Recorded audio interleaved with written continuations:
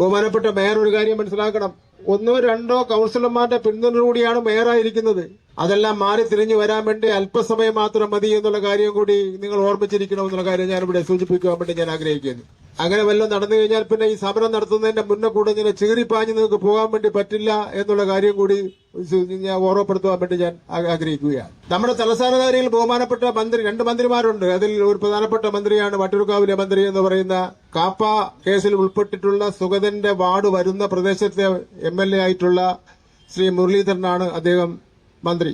ഏത് വിഷയത്തിനും സ്ഥാനത്തും അസ്ഥാനത്തും പ്രതികരിക്കുന്ന വ്യക്തിയാണ് മുരളീധരൻ എന്ന് പറയുന്നത്. സോണിയാഗാന്ധിയെ പോലും മദാമയെന്ന് വിളിച്ച് ആക്ഷേപിക്കുന്നതിന് വേണ്ടി തയ്യാറായ വ്യക്തിയാണ് മുരളീധരൻ എന്ന് പറയുന്നത്.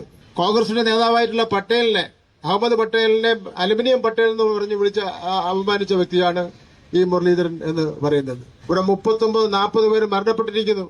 പനിയും മറ്റ് പകർച്ചവ്യാധികളും പിടിച്ച് മരണപ്പെട്ടിരിക്കുന്നു. ആശുപത്രിയിൽ ഡോക്ടർമാരില്ല, DMA ഇല്ല, മരുന്നില്ല. സ്ഥലം മാറ്റത്തിലൊക്കെ തന്നെ കോടതികൾ ഇടപെട്ടിരിക്കുന്നു. കഴിഞ്ഞ 2ാം പിണറായി ഗവൺമെന്റിന്റെ കാലഘട്ടത്തിൽ ആരോഗ്യ വകുപ്പിനെ അങ്ങേയറ്റം വിമർശിച്ച വ്യക്തിയാണ് ഈ മുരളീധരൻ എന്ന് പറയുന്നത്. അദ്ദേഹം പറയുകയാണ്, തോറ്റവരെല്ലാം ജനം വീട്ടിൽ ചെന്നിരിക്കാൻ പറഞ്ഞവരാണ്, അതുകൊണ്ട് അതിനെപ്പറ്റിയൊന്നും ഒരു അഭിപ്രായം പറയേണ്ടതില്ല. പക്ഷെ മുരളീധരൻ ഏറ്റവും കൂടുതൽ കാലം വീട്ടിൽ ചെന്നിരുന്ന വ്യക്തി നിങ്ങളാണെന്നുള്ള കാര്യം നിങ്ങൾക്ക് നല്ല ഓർമ്മ വേണമെന്നുള്ള കാര്യം ഞാനിവിടെ സൂചിപ്പിക്കാൻ വേണ്ടി ആഗ്രഹിക്കുകയാണ്. ഇനി എല്ലാ കാലത്തും ഈ ആരോഗ്യവകുപ്പ് മന്ത്രിയുടെ സിംഹാസനത്തിൽ നിങ്ങൾ ഇരുന്നു കൊള്ളാമെന്നുള്ള ഉറപ്പൊന്നും നിങ്ങൾക്ക് വേണ്ട എന്നുള്ള കാര്യം കൂടി സൂചിപ്പിക്കുവാൻ വേണ്ടി ഞാൻ ആഗ്രഹിക്കുകയാണ്. ഞങ്ങൾ ജയിച്ചാലും തോറ്റാലും ജനങ്ങളോടൊപ്പം തന്നെ നിൽക്കുമെന്നുള്ള കാര്യത്തിൽ യാതൊരു തർക്കവുമില്ല. ഞങ്ങൾ അധികാര കസേര നോക്കിയല്ല രാഷ്ട്രീയ പ്രവർത്തനം നടത്തുന്നത്. നാട്ടിലെ ജനങ്ങളുടെ പ്രശ്നങ്ങൾ